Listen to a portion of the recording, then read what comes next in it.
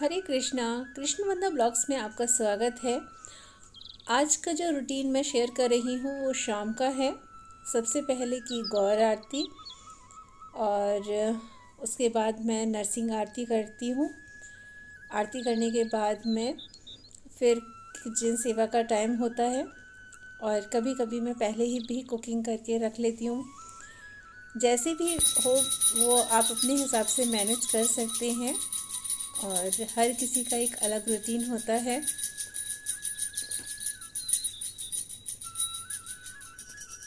कभी कभी ऐसा होता है कि सुबह जैसे मेरा कि सुबह जल्दी ही मेरी सारी सेवाएं फिनिश हो जाती हैं 8 बजे, और किसी किसी दिन ऐसा होता है जिस दिन थोड़ा सा नींद लग जाए तो लेट हो जाती हूँ, तो फिर थोड़ा डिले भी होता है। तो मैं ये नहीं कहूँगी कि पूरा टाइम से ही मेरा होता है। मैं बहुत बड़ी आलसी हूँ, थोड़ा आगे पीछे कर देती हूँ अपनी चीज़ों को। लेकिन एक होता है ना, जब ऊपर मेंटर होते हैं और जब साधना रिपोर्ट भेजी जाती है तो अपने आप रूटीन बन जाता है। एक डर भी बहुत ज़रूरी है भक्ति में भी, ये चीज़ मैंने महसूस करी है। क्योंकि होता है ना, साधना रिपोर्ट देखेंगे और उसके बाद में डांट पड़ेगी, और वो डांट भी हमारे भले के लिए, तो थोड़ा सा ज़रूरी है। और किस किस को अच्छा लगता है जब उनके मेंटर उनको डांटते हैं, और कौन कौन बुरा मानता है वो भी मुझे कमेंट करके बताना। वैसे बुरा तो कोई नहीं मानता होगा, क्योंकि ये कृपा ही है कि मेंटर कुछ कह रहे हैं हमसे।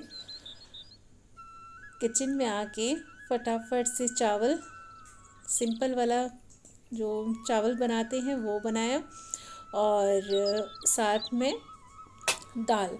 तो मूंग की दाल आज एक ही पॉट वाली बन रही है, बस बाद में इसमें तड़का लगाऊंगी। टमाटर डाल दिया एक इसमें, दाल को धो के, और इसमें फिर डाल दिए मसाले, थोड़ी सी हल्दी, नमक और कश्मीरी लाल मिर्च, धनिया पाउडर, और थोड़ा सा मैंने इसमें जीरा पाउडर भी डाल दिया था। पानी डाल के सीटी लगानी है और बस इसमें तड़का लगाऊंगी जीरे का और हींग का, बाकी कुछ भी नहीं। और धनिया काट के रख लूँगी। फटाफट से हमारी जो दाल है वो बन जाएगी। 2 कुकर में जब बनाते हैं ना तो बहुत जल्दी बन के तैयार होता है दाल चावल।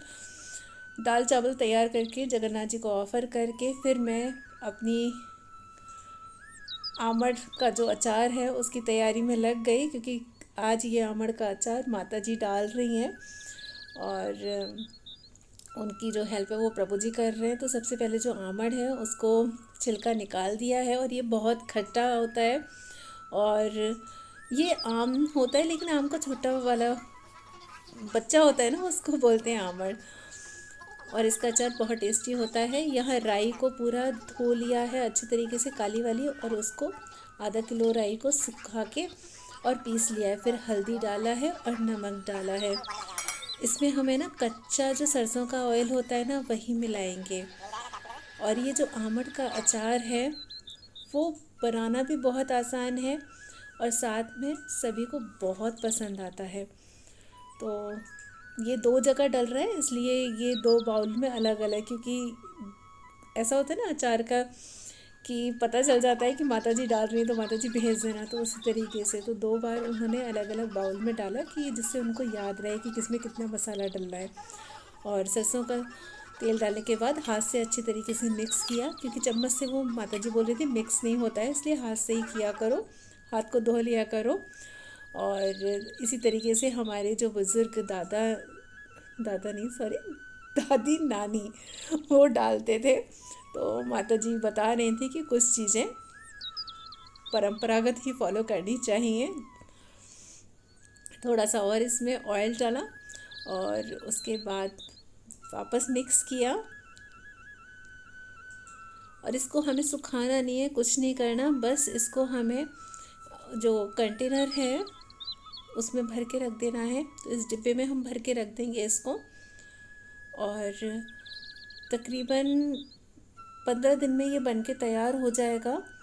और ये खाने में बहुत टेस्टी होता है। सबसे पहले जब बन के तैयार होगा जगन्नाथ जी को ऑफ़र करेंगे, उसके बाद सभी प्रसाद रूप में लेंगे।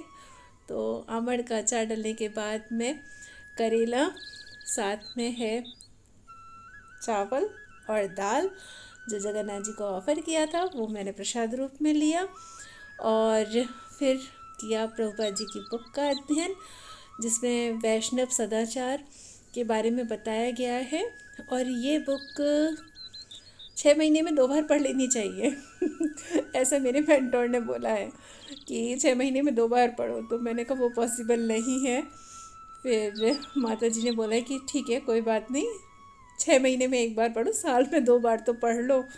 मैंने कहा चलो हाँ, ये प्रयास किया जा सकता है। तो बस वही प्रयास करते हुए, और आप लोग कौन कौन सी प्रभुपाद जी की बुक्स का अध्ययन कर रहे हैं वो कमेंट करके बताएं। और साथ में ही आप पहली बार हमारे चैनल पर आए हैं तो प्लीज़ सब्सक्राइब करें और अपने फैमिली फ्रेंड्स में शेयर करें। हरे कृष्णा।